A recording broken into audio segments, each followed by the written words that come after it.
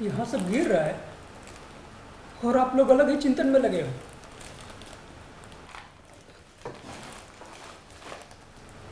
क्या हुआ?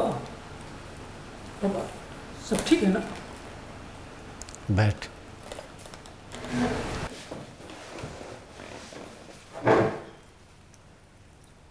क्या हुआ पापा? शुरू शुरू में मैं फौज की डाक लेकर जाया करता था। एक मोटरसाइकिल, और मेरा काम था यादों को यहाँ से वहाँ लेकर जाना। पलटन में एक नया लड़का आया था, रघुनाथ मनोरी।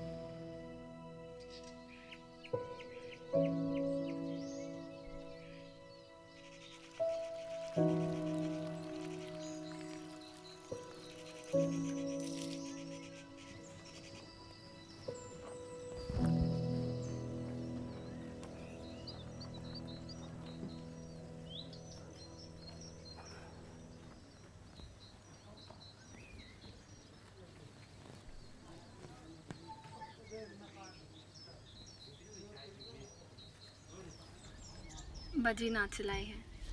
भोलेनाथ का आशीर्वाद है। ये माला काकी के लिए और ये कड़ा तुम्हारे लिए। गोपाल, गोपाल, एक चाय बना दे। ठीक भैया।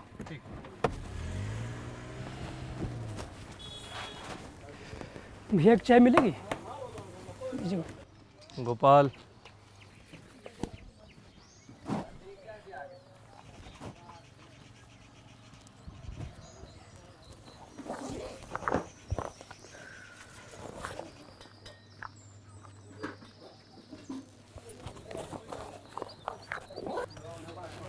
भैया, ये हंसकोट गांव कहाँ पड़ेगा? हंसकोटी में किसके यहाँ? जी नहीं, वो हंसकोट। जी, मुझे रघुनाथ मनोरी जी के यहाँ जाना है। रघुनाथ मनोरी के घर? जी, मुझे पता है कि वो अब नहीं रहे। उनका कुछ सामान मेरे पास है जो कि उन्हें लौटाना है।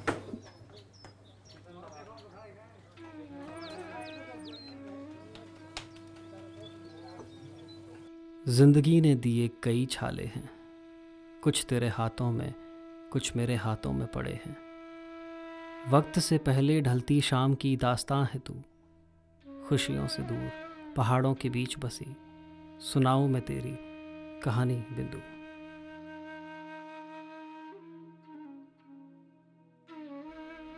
सजने को यूं तो अब रहा क्या है उसकी जिंदगी में, पर खुद को जिंदा दिखाना पड़ता है उसे, रोज नहीं तो कम से कम एक दिन। हर महीने की दूसरी तारीख उसकी ज़िंदगी में ऐसा ही एक दिन लाती है। आज उसे ना चाहकर भी थोड़ा तैयार होना होगा, कंघी करनी होगी। हाँ हाँ, जब वो खुद को शीशे में देखेगी तो उसका बेरंग चेहरा कई और रंग खो देगा।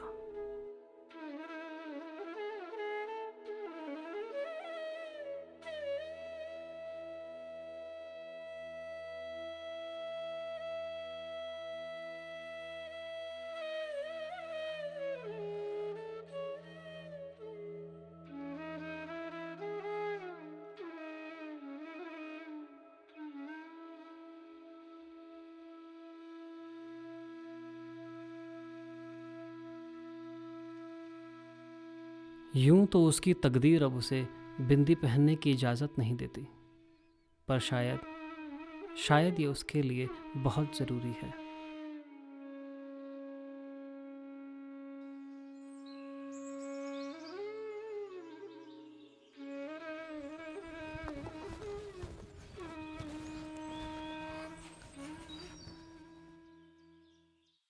नितिन, आज नहीं, पीछे बैठ जा।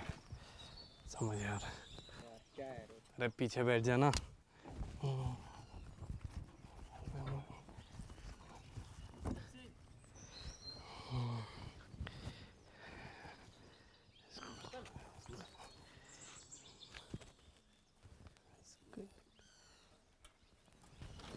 रामू कितनी देर में जाओगे? बस काका 10 मिनट में चलते हैं। 10 मिनट में जाओगे? छोटू चाय लगा यार एक। अरे काका, अरे क्या हो गया? अरे इधर ये सीट बुक हो रखी पहले। अच्छा, बुक हो रखी है। हाँ, आप बैठो आराम से पीछे वाली सीट पे। वो उनको उल्टी आती है ना, अच्छा, इस वजह से बुक करे। चलो कोई बात नहीं, जब उल्टी होती है तो आगे बिठा लो।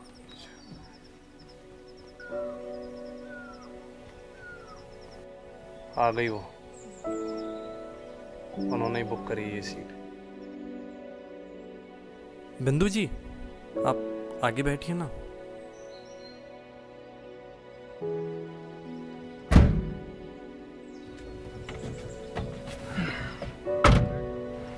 बिंदु जी, आप हर महीने आगे बैठ के जाती हैं, पर आप हर बार भूल जाती हैं कि आपको आगे बैठना।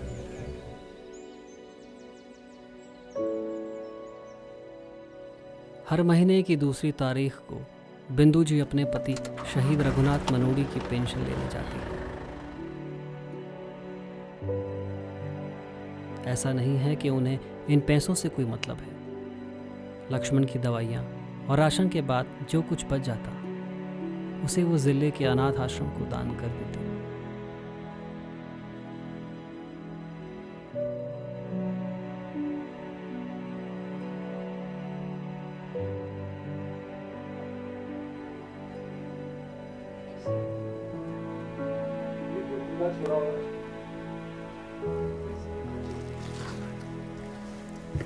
ला, मुझे दो।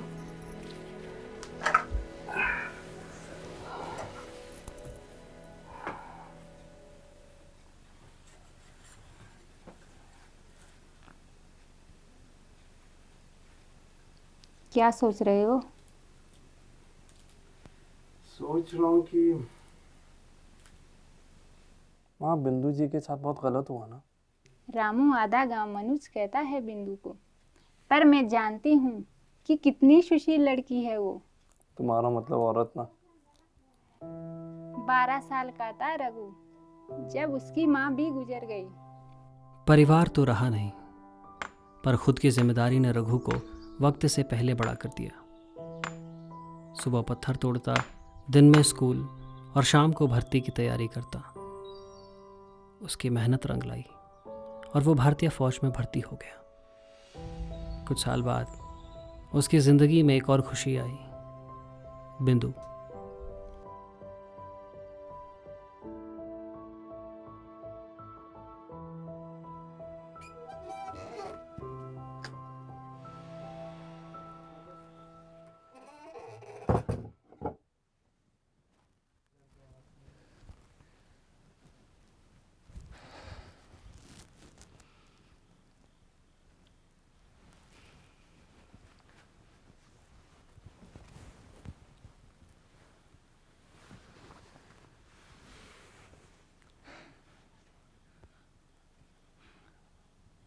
तुमने खाना खा लिया था ना? हाँ, खा ही लिया होगा, सभी ने खा लिया था।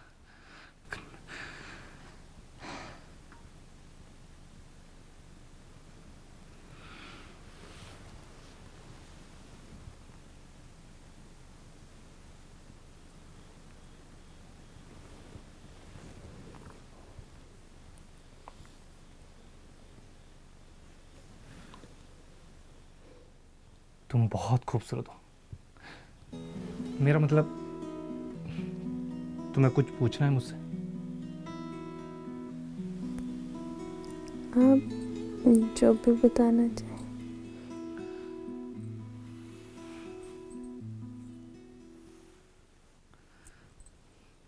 बिंदु, तुम तो सब जानती हो कि बचपन में ही मेरे माँ बाप गुजर गए। बुआ ने पाल पोस कर बड़ा किया, लेकिन वो भी नहीं रही। एक काकी है जिनके साथ अच्छा रिश्ता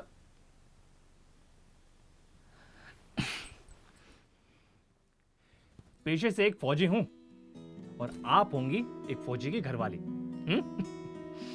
तुम ज्यादा सोचो मत।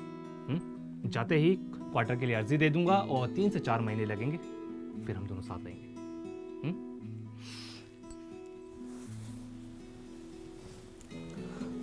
हम अपना नया परिवार बना लेंगे।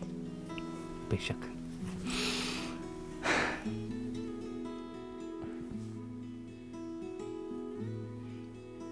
ये बिंदी ना तुम पर तुमसे ज्यादा खूबसूरत लगती है, तो इस बिंदी को हमेशा लगाए रखना, चाहे जैसी भी हालत हो।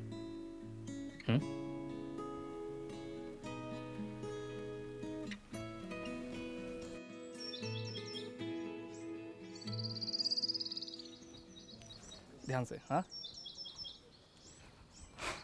काकी, काकी आशीर्वाद दीजिए मुझे और बिंदु को। काकी, एक आप ही हैं अपना कहने के लिए, तो चले आए आपका आशीर्वाद लेने। बाकी सब ठीक? भैया मैं भी तो हूँ। अरे रमन, इनसे मिलिए। ये हैं आपके देवर। उम्र में आपसे बड़े हैं पर रिश्ते में आपसे छोटे। बाकी क्या चल रहा है?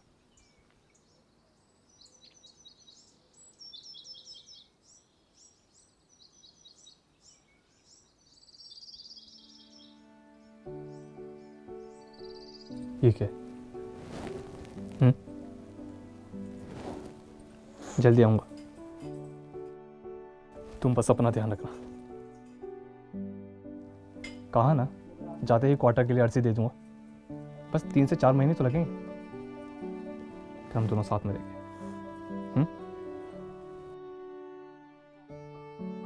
भैया गाड़ी का वक्त हो गया। हाँ आया।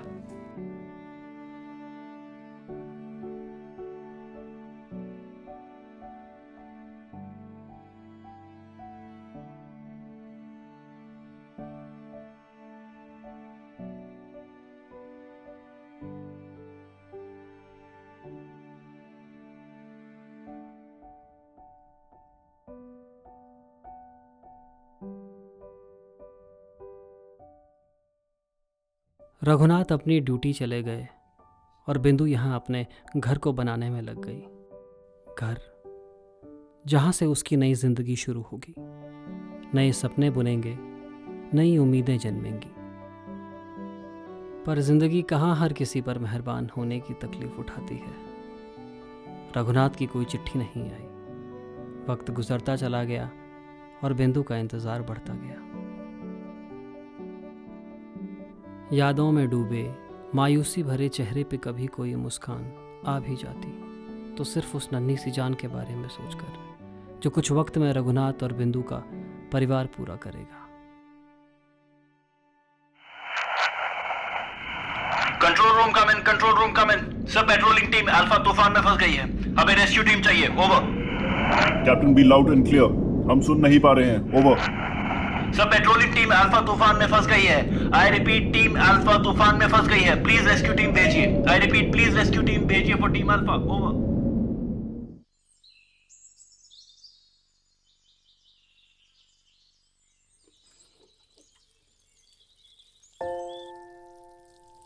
करीबन 8 महीने गुजर जाने के बाद खबर आई कि घाटी में आए बर्फीले तूफान में कुछ सिपाही लापता हो गए हैं।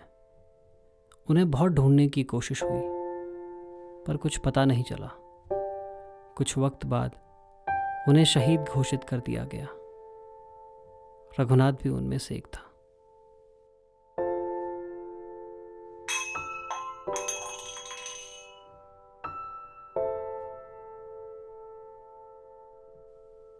इस खबर से बिंदु और उसके होने वाले बच्चे पर गहरा असर पड़ा। और लक्ष्मण पैदा होने के साथ ही दिमागी हालत से कमज़ोर था।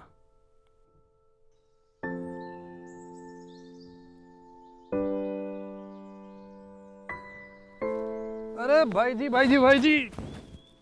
अरे भाई जी कहाँ जा रहे? थोड़ा बाहर है क्या? आप भी चलेंगे, मैं भी चलेंगे, वो भी चलेंगे। पीछे बैठिए ना, जिन्होंने सीट बुक कर रखी है उनके लिए जगह बनाइए ना। बुक कैसे? यहाँ तो किसी का रुमाल भी नहीं रखा था। आज तो नहीं रखा है तो रख देंगे अगले। आप पीछे बैठिए। मेरे को उल्टी आती है। अरे उनको भी उल्टी आती है, वो आ रही है, देखो आप पीछे। कौन है वो?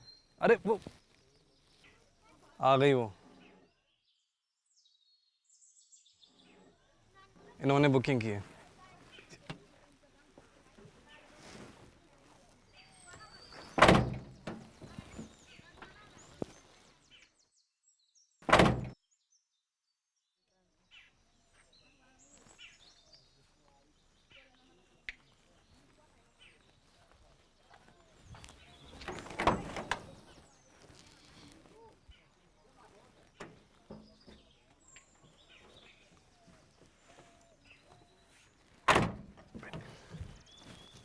छोटू इधर आ, चले जा, शाबाश।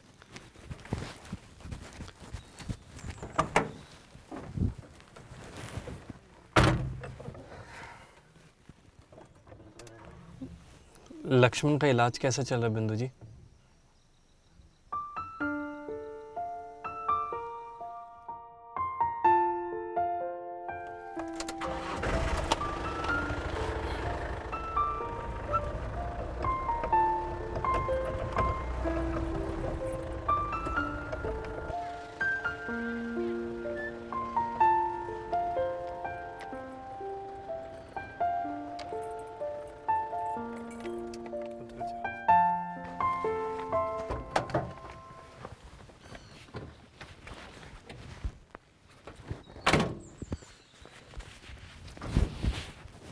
गांव ऊपर ही है।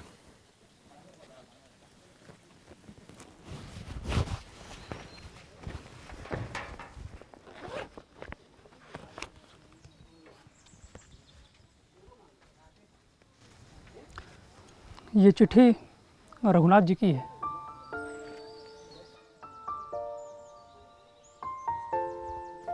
ये रघु भैया की चिट्ठी है? 2 दिन पहले ही मेरे पापा को मिली।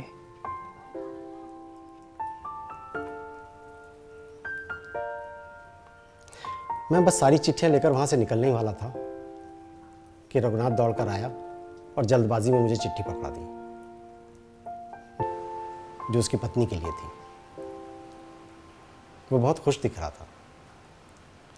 बोला, साहब नई पोस्टिंग आई है, वहाँ क्वार्टर मिलना आसान होगा। ये खबर बिंदु सुनेगी तो बहुत खुश होगी। इसे जल्दी भिजवा दीजिएगा, बड़ी मेहरबानी होगी। ये बोलकर वो पेट्रोलिंग के लिए निकल गया। अचानक तूफान आने से पेट्रोलिंग टीम अटक गई। 2 सिपाही और 1 अफसर या तो बर्फ में दब गए या कहीं भटक गए। कई महीनों की तलाश के बाद भी नहीं मिले। फिर उन्हें शहीद घोषित कर दिया गया। तूफान घाटी में कई जगह आया था। मेरी मोटरसाइकिल और मैं भी उसी का शिकार हुए। इस एक्सीडेंट में न तो मेरी मोटरसाइकिल बची और ना ही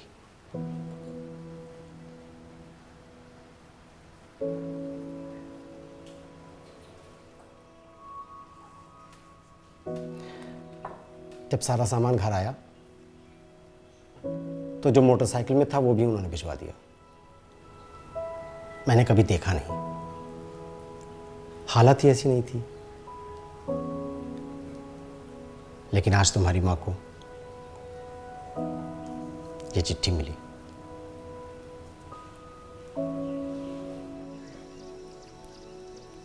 एक चिट्ठी के इंतजार में तड़पते देखा है मैंने उन्हें।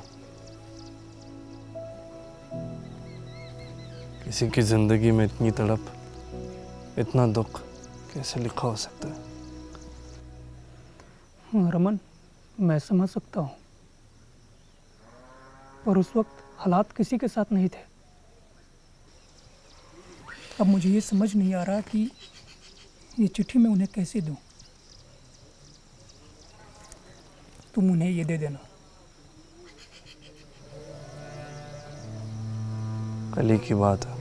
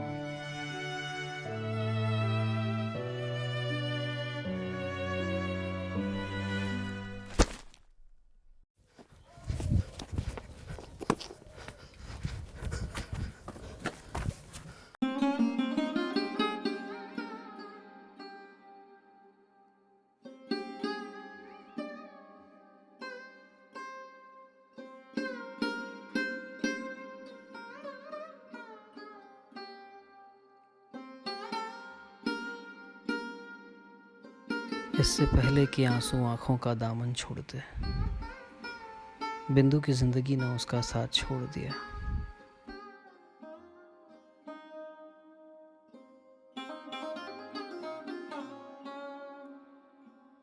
एक चिट्ठी जिसके इंतजार में बिंदु तड़पती रही, एक चिट्ठी जिसमें रघुनाथ के आखिरी शब्द थे, एक चिट्ठी जिसे उसकी मंजिल ना मिलने के पछतावे में धनुष और रामेंद्र कुमार की जिंदगी निकलने वाली है।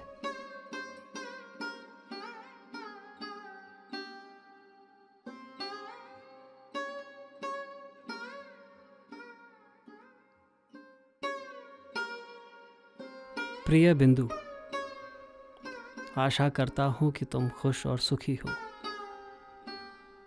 मुझे दुख है कि मैं तुम्हारे साथ ज़्यादा वक्त नहीं बिता पाया, लेकिन तुम दुखी मत होना,